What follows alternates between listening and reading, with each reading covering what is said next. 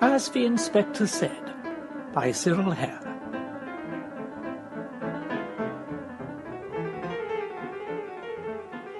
It would be impossible to say precisely when Charles Darrell and Sonia French made up their minds to murder Sonia's husband, Robert. Engagements to commit a crime, like engagements to marry, are sometimes agreed upon by the parties concerned, long before anything is put into words. In the situation in which they found themselves, for persons of their character, murder was the obvious solution, and now it was merely a question of finding a suitable opportunity to carry it out. Sonia had been married to Robert for 10 years. He was nearly twice her age, and for at least 8 years out of the 10, she had treated the weak little man with a bored contempt to which he, absorbed in his books and his collections of silver and porcelain, seemed completely impervious. She'd known Charles for 6 months. They'd been lovers for 4. Things were fast moving towards a crisis. People were beginning to talk. It would only be a matter of time before Robert became aware of the position. She knew well enough that beneath his mild detachment lurked a rock-like obstinacy on certain matters, and that divorce was one of them.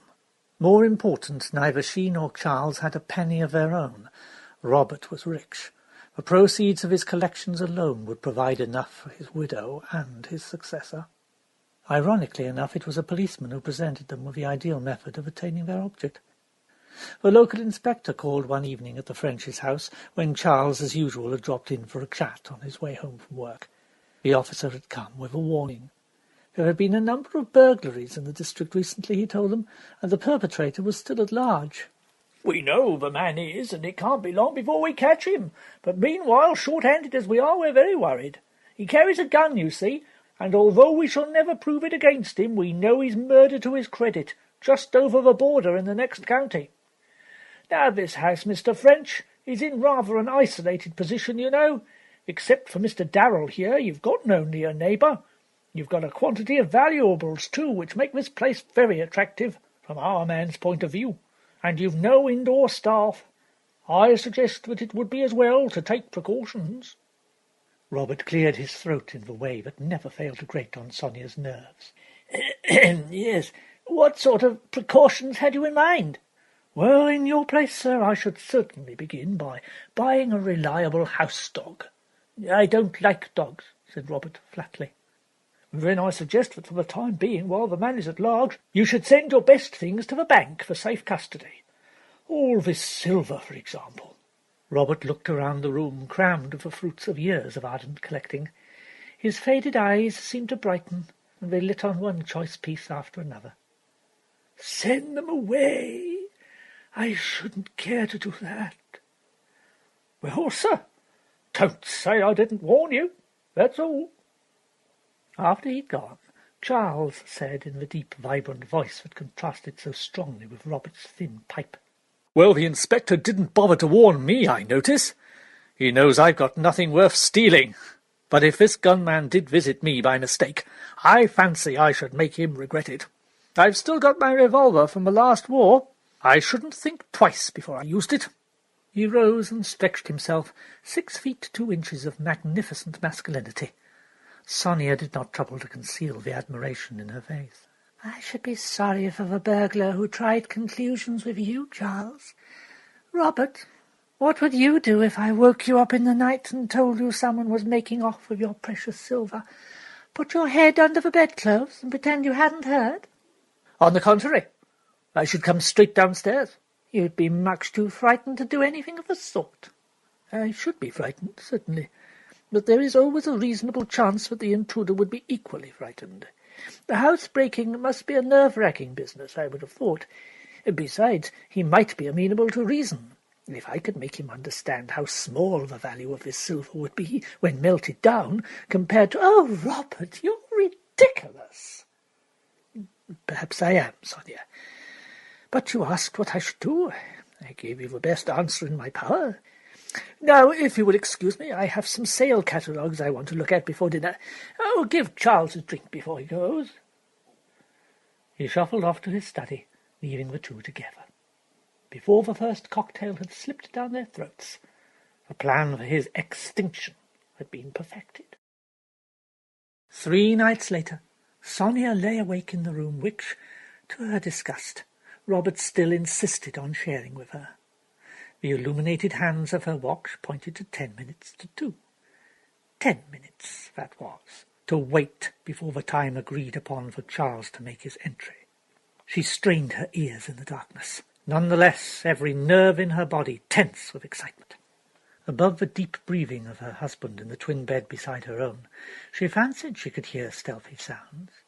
The creak of a door in a room downstairs, a light footfall on a loose board in the hall. But even as she heard them, she knew that her imagination was playing her false. It was too soon. A bat flew past the window, echoing the noise of an unoiled hinge with its high-pitched squeak, and the antique tall-boy at the end of the room cracked its joints in the dark, as she'd so often heard it do before in the long hours of sleepless nights. So she set her teeth and composed herself to watch and wait, while the hands of the watch crept slowly on. Punctual to the minute, the sound she was awaiting reached her. This time there could be no mistake. There was the tinkle of breaking glass, followed by the groan of a window being pushed up. In the silence of the sleeping house, it was as startling as a clap of thunder in her ears. But Robert slept on as peacefully as ever. She waited a little longer, and listened for the thud of Charles's feet as he landed inside the window, and then leapt out of bed to play her part. "Robert!" She shook him violently by the shoulder. "Robert, wake up! There's somebody downstairs." Robert struggled reluctantly into wakefulness. What? Somebody downstairs? Nonsense, Sonia, you're imagining things. Just because that inspector fellow—" He sat up in bed. "By Jove, there is someone. I'd better go down, I suppose." Reluctantly, but without hesitation, he swung his thin legs to the floor and groped for his slippers. He put on his shabby grey dressing-gown and went out of the door. Alone in the dark, Sonia waited breathlessly for what she knew must follow. She waited for what seemed to her an unendurably long time, but was actually less than half a minute. Then everything seemed to happen at once. There was the snap of a switch and a faint glow of electric light showing beneath the bedroom door, and almost at the same instant she heard a startled exclamation in her husband's voice. It was cut short by an explosion that echoed through the house. Then, so hard upon one another that one sound seemed to blend into the next, a heavy fall, a door being flung violently open, and the patter of flying feet on the gravel path outside. She let the footsteps die into the distance before she made the next move. Charles must have time to make his getaway before she called the police. But it would be unsafe to wait too long. In any case, any stray passer-by might have heard the shot. She switched on her bedroom lamp and got out of bed. Now that it was all over, she felt strangely calm, exhilarated even. As she crossed the room, her thoughts raced ahead of her. She knew in advance just what she would say to the police, what her demeanour at the inquest would be. How soon could she marry Charles without exciting comment? Would 6 months be long enough? They would go to Venice for the honeymoon. She'd always wanted to see Venice. As she reached the door, it opened in her face, and Robert shuffled in. "Robert!" For a long moment she could say nothing else. She could only stare at him in sickened apprehension. He looked back at her in silence, pale, dishevelled, but indubitably alive. "What happened?" she faltered. "Well, he got away. I'm afraid he's taken a lot of stuff with him. An awful lot of stuff. Some of my best pieces, in fact. Oh, I ought to have taken advice and sent it to the bank. It was foolish of me. Very foolish." "But I heard a shot. I thought you're not hurt, are you?" "No, Sonia, no. I'm not hurt. But I'm afraid I must prepare you for some bad news. It's Charles. The dear brave fellow must have been watching and followed the man in to protect us. He's at the foot of the stairs. I fear there is nothing we can do for him. Sonia pitched forward in a dead faint.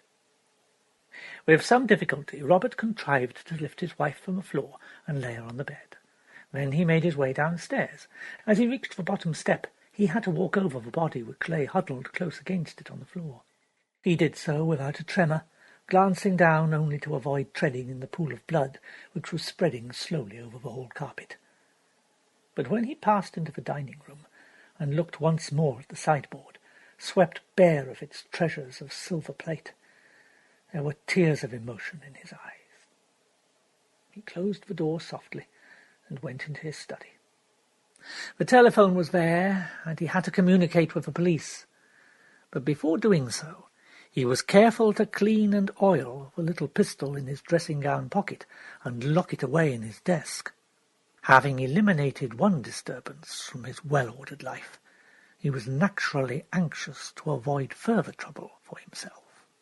As the inspector said, it was as well to take precautions. And it's not like the stolen silver wouldn't be returned, once it had been found, in the bag, under the hedge, at the end of the lane. You have been listening to As the Inspector Said by Cyril Hare, adapted for radio and read by Matthew Jones. It was an M-Jam from London audio production. If you enjoyed it, or if you did not, please like, comment and subscribe. Please see the description box below for details of our other services.